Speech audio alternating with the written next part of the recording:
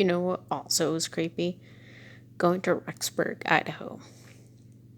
So, back in 2000, what year was it? 2017? It was probably 2017. I went to Rexburg, Idaho. I got over a fight with one of the Mumfords who married a Weymouth, and we grew up together. We were best friends during middle school and high school, and we got into a fight my college years because she was really conforming to being a Latter-day Saint, and I was not a Latter-day Saint. So I went through a lot of hard stuff because life isn't perfect unless you're prescribing to Latter-day Saint. Every little thing is done perfectly when you're married, and everything has its place and everything has its timing, and everything is exactly where it needs to be because you as a female have your exact places you need to be at every single day of the week. And if you are a male LDS, you have your exact places you need to be every day of the week. And when you're married, every single thing in the household has a place. So that isn't realistic. Those very strict OCD tendencies are not a practical life. And so I was going through a little more difficult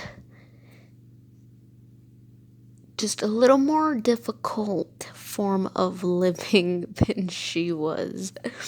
So I'm there explaining what I'm going through as a best friend, and, just needing my best friend and being the person to say, hey, just be there for me, be there with me. Just, be a person to say, yeah, I understand. Wow, that is not going well, and what you're telling me is correct. There's a lot that's going wrong, and there are better things like you taking care of yourself, normal things. But it turned into a fight because she wanted to bring in Jesus in every single detail of the day. I'm not an occult person. I don't thank this person for every detail of my day. I don't feel the need to thank a person at a higher level than me for every single detail of the day. I don't feel the need to write down in a journal every single detail to send it to a higher person. In this case, I'm just talking about Jesus Christ, because that's who the Latter-day Saints are following. It's Jesus Christ or Joseph Smith, or, learning some modern talk from Alex Douglas and friends, or from a more female energy strong role from the Great Pearl Price. And, you know, like, I doubt she was listening or being too involved in the Doctrine and Covenants. So there she is, telling me, you know, well, your life is not going well because you're not following Jesus Christ. And then me being like, I need a best friend that I believed was a lot more logical and rational about existence instead of just relying on Jesus Christ. And I'm a Catholic, so I involve my life around moments. And I'm Oriental, so I have a little background in involving my life around moments. I don't need OCD. I don't need every single detail. Like it's not even a cabin made out of a log. It's pencils. It's pencils making up the house and then making up the street and making up every detail of each building. And I just don't need that in my life.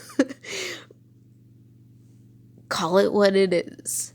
I might be someone who needs a little more room because maybe my intellect level is calling at a different speed. So I know Jesus is there, but there's more intricacies than a life so simple, so simplistic, and to be seen so perfect. You're marrying the man of your dreams, falling underneath all these categories and your family's own category of categories. And, you're with the other, the other twin, your twin falls,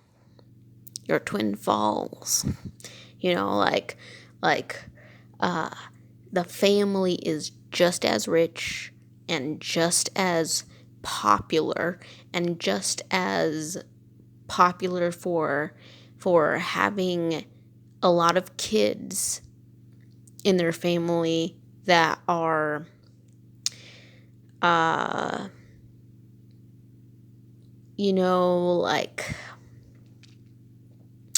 like modernized. Like they're modernized where they can go in and be like, hey, of course we use microwaves and we have fridges and we have all the new technology, but every single thing they own is like labeled, this is owned by Jesus Christ. Okay?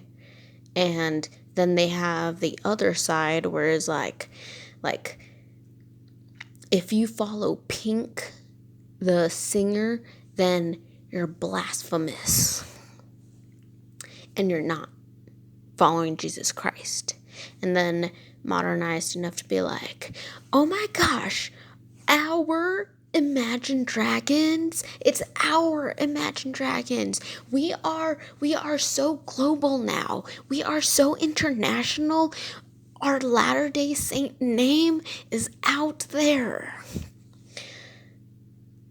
So, it's just a little different when I'm trying to explain my life.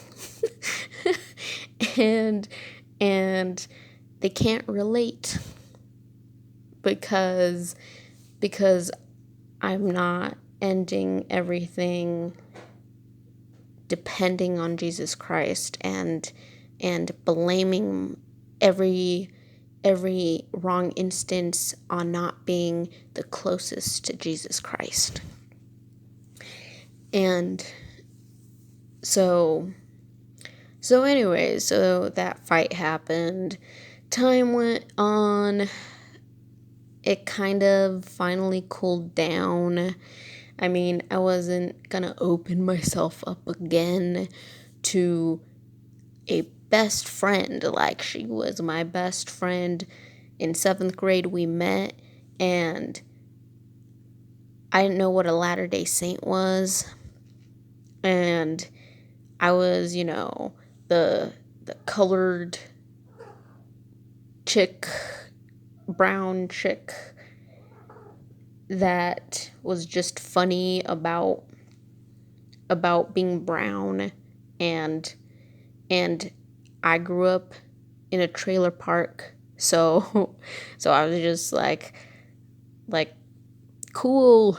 You don't really judge me for it, and you think it's cool that I am myself, and we pass notes throughout school. Ooh, juicy details for your husband.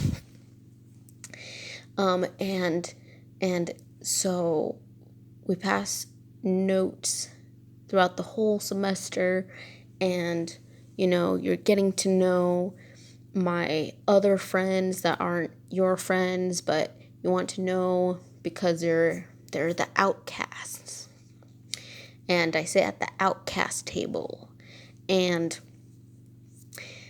now like some of them are like they're still popular. They're still popular people. They're well known in school. Everyone who sees them says, "Hey, what's up?" And or they have a new style, right? Like, oh my gosh, I'm friends with the emo or punk style boys. And so, so like juicy details. Oh my gosh, Gio, how do you not consider him so hot? And then me being like, Lucy, you're not supposed to think those things. I'm not really giving out the complete details there, apart from we had a really cool 7th grade year. I'm shy, and I'm making friends. And yeah, I'm not ready for the dating thing. I'm working on being liked for who I am. Okay, great pearl of price. Look, Gio here is looking to form my own personality, puberty stages, and not be involved in some like really awkward dating. Like, I don't know, it's weird. Like, I can be friends with them, but like I don't want them touching me. And I can be friends with them, and I can be like, oh my god, like, sure, some PDA, I'll accept a hug, but like that's like a one-time deal. And from, dudes that are in the same grade, and then they're like, oh my gosh, you're so like Gio. And then me being like, oh my god, I'm recognized for myself. I'm not being labeled some other person. And so anyways, so going back to this stage in our life, like, I can't be that open person with her anymore, and she might ask why during those times, and then I'm just like, we're doing good being friends. Acquaintances would be too harsh, like, just, like, we're being nice to each other. And so, by that time, I have a Subaru, a 2006 Subaru, a blue one, a blue-gray one, and, I lucked out, okay, because I never thought that I'd ever own a Subaru, and my parents bought it for me for graduation because I was paying all my loans for school, and I was catching up on all my school, and the loan payments. And so, I was showing them the proof, and so they were like, "Oh my gosh, well, we'll find you a car. We'll find you a car because you don't have a car." And so they ended up finding a Subaru online by this Russian guy who was selling an old Subaru 2006, and he's like, "Cash? What? All of it? Here, take these winter snow tires." And so, my parents are awesome. They paid for my graduation car, and so I ended up having a remodeled Subaru, which doesn't have like the original like tough material. But what car has tough material in this modern age anymore? Like, yeah, that's so sad. But anyways, so I was looking online, and someone was selling one of those top cargo things, where I could store a bunch of my stuff, because I was practically living out of my Subaru during the summer times working. And so I needed a storage place, a mobile storage. And so I found a cargo in Rexburg or somewhere nearby. So I messaged Lucy, and then Lucy's like, "Yeah, come over, and you can pick it up here. I'll pick it up for you. Just send me the money." And so then I'm like, okay, awesome. This is going to be exciting. I'm going to go visit. It's been a long time. I'm kind of over things, even though, please just don't bring up Jesus. Just don't bring up anything in anything besides just, hey, we're having a nice visit. And so I show up at Rexburg, Idaho. And this is the first time I'm like driving in, and I'm like, this is a complete Latter-day Saints town. This is crazy. And I show up, and guess what? It's crazy. I show up at the apartment complex, and it's crazy. I show up in my bell-bottom pants, my hippie bell-bottom pants, and I show up with a black tank top. And I show up, and I have those chacos, and I leave them inside the Subaru, and I'm walking barefoot, and I still have my tank top. I'm like, you guys can't tell me to cover up, okay? Like, I'm not really showing anything. And so, like, I don't do the cleavage thing. And so there I am going upstairs to like the third floor, and there's like four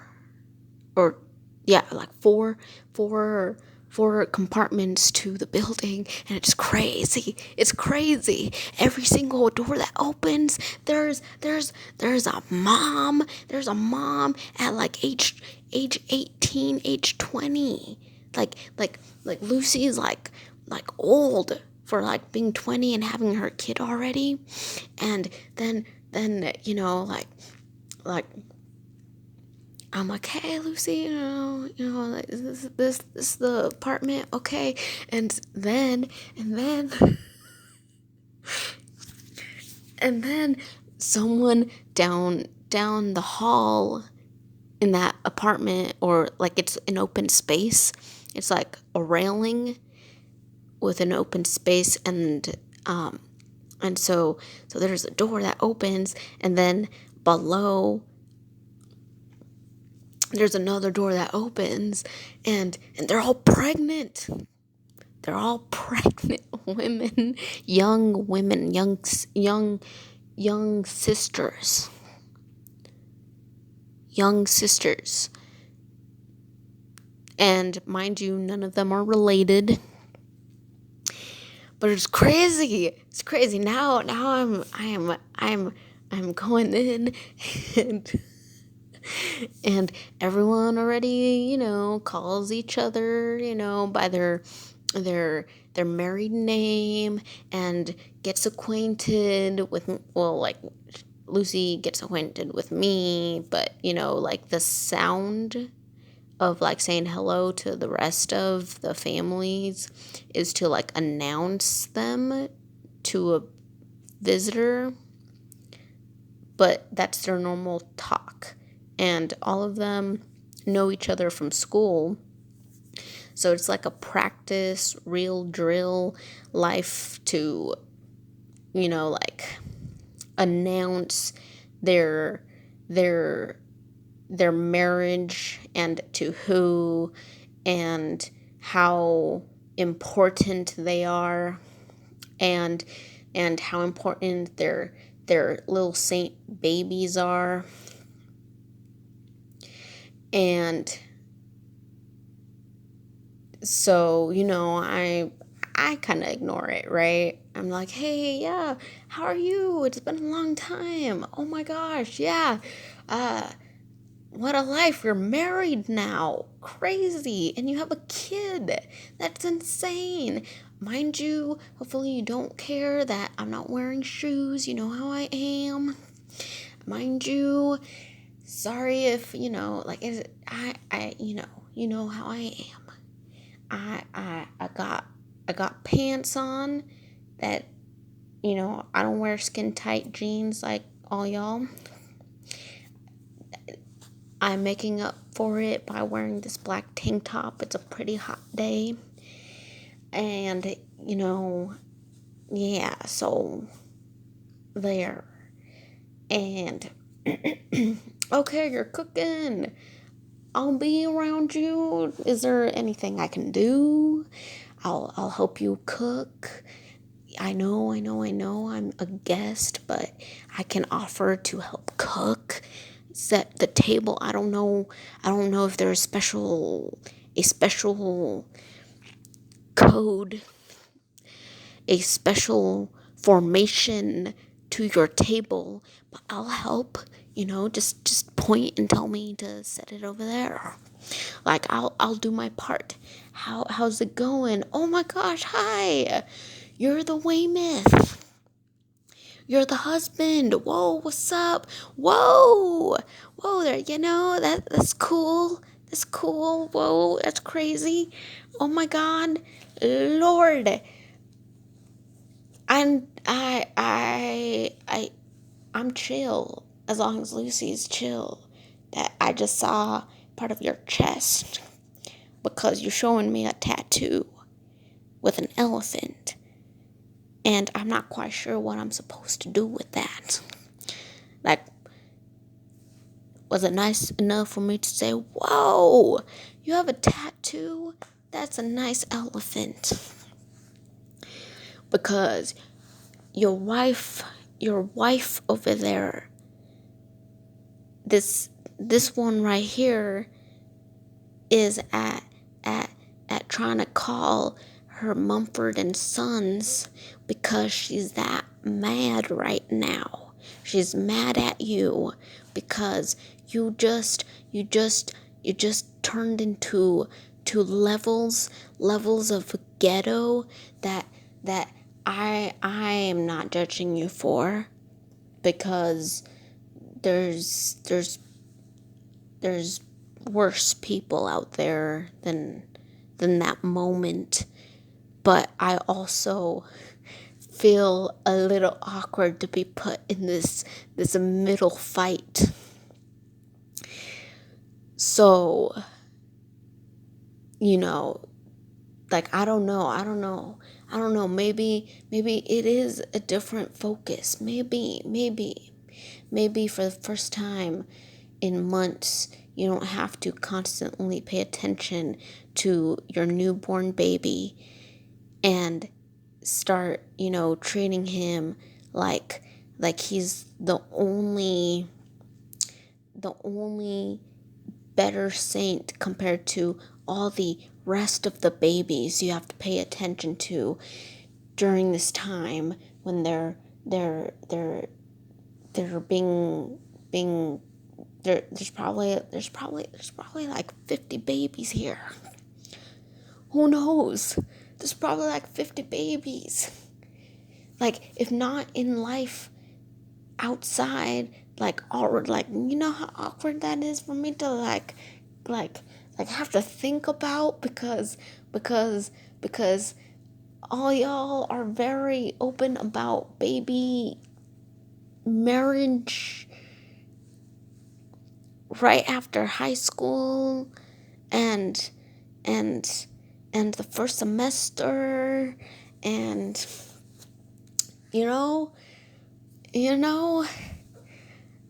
like,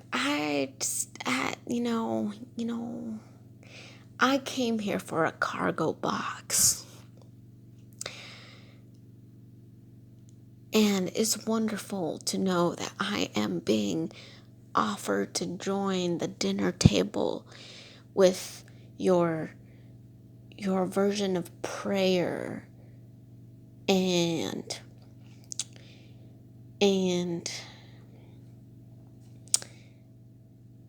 like a form of clothing style that each of your family is known for under guidelines of Latter-day Saints. And so,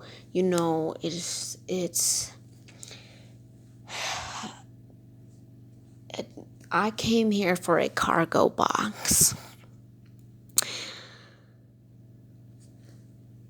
So then after that, I'm like, oh my gosh, you guys, is there anyone who could help me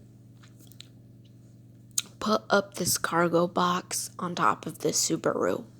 Because I have no idea how these things match with the rail thing. And so then that's what happened.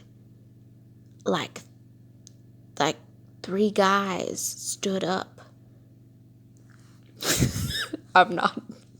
I am not joking. Like, 3 guys stood up and they're like, we can do that.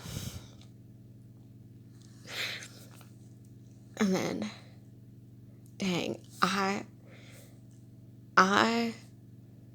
was thrown back a little, because I had never experienced in my life 3 guys standing up at that level.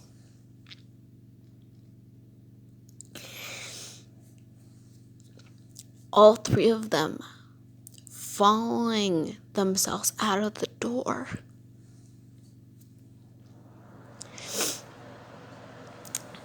They didn't care that I was wearing a tank top and no shoes. All of them followed their way out to find that cargo box and put it put it on top of the Subaru and made sure that that box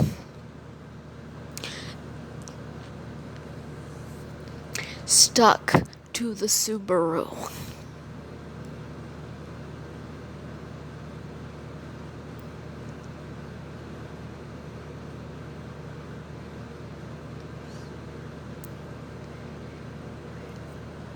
And there's Lucy rolling her eyes a little, like she always has done. And I remember those eye rolls from times she was annoyed during our tennis season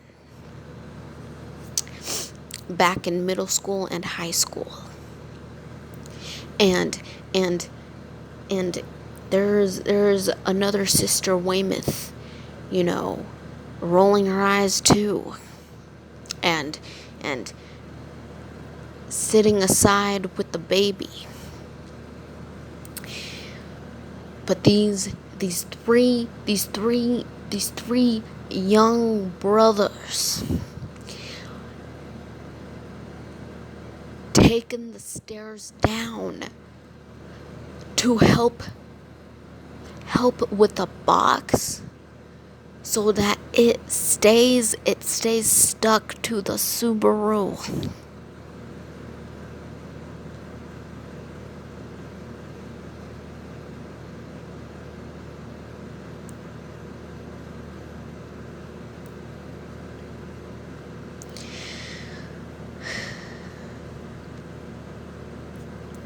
Mind you, there was, later on, it did have to be readjusted by another friend so that it wouldn't actually fall down.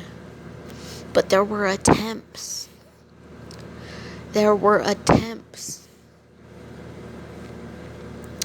Mind you, all three of them in procedure to fill another one of those apartments with another baby.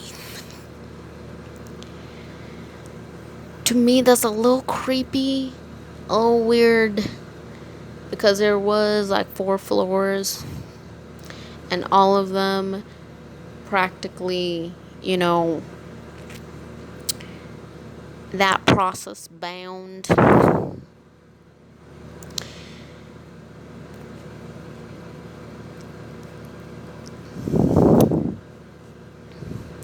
And each one of them trying to find their level of pearl for, the great price, the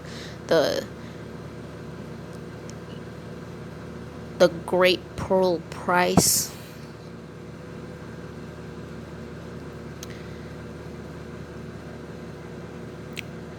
And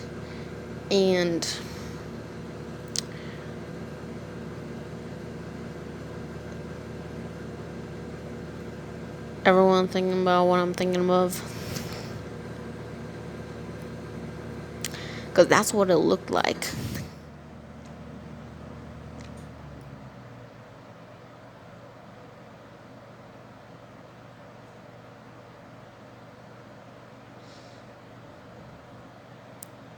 Like,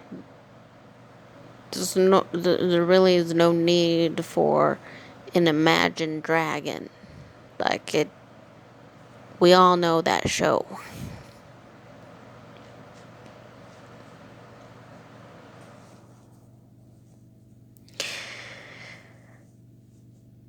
So yeah, that's what happened. And then after eating dinner and after the Subaru thing, then, I slept over. They watched a movie, a superheroes movie. I was too tired to join in. I slept. I woke up, said my goodbyes, and then I left.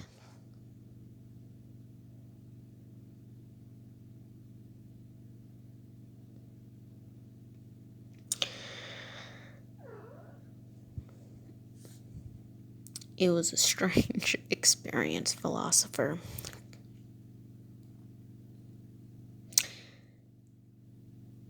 Very strange.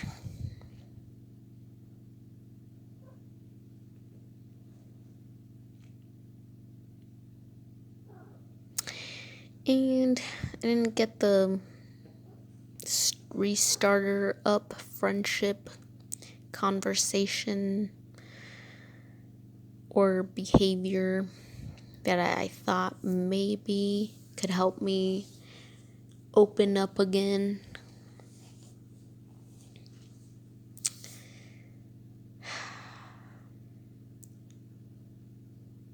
She was just caught up in being perfect. Too perfect.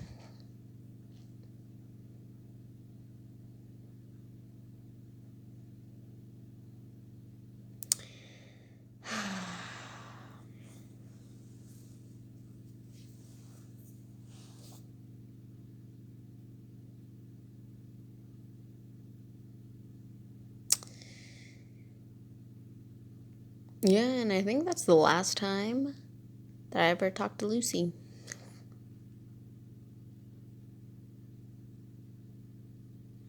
Because then her whole family moved to New Zealand.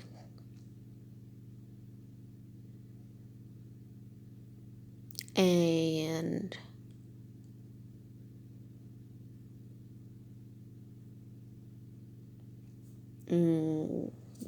oh yeah. Then she tried to text me an apology, and by that time I'm like, Miss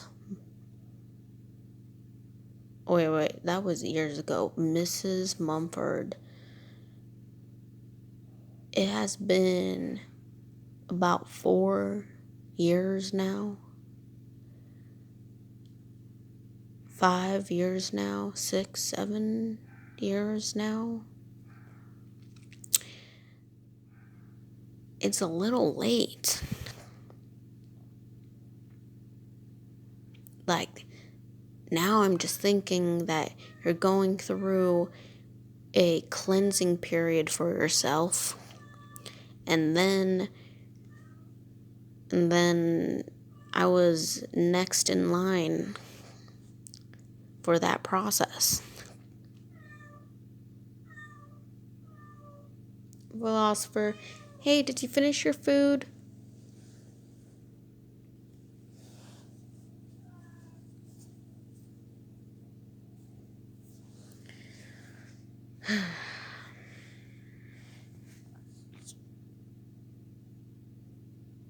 Yeah. The great the great pearl price.